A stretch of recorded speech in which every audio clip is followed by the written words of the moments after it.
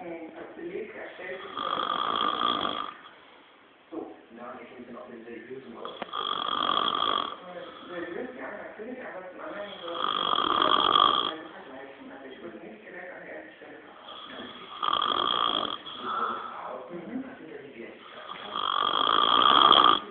583er rot-goldene Ring. In diesem Ring sind 585 oder 500 und die werden auch nur bezahlt.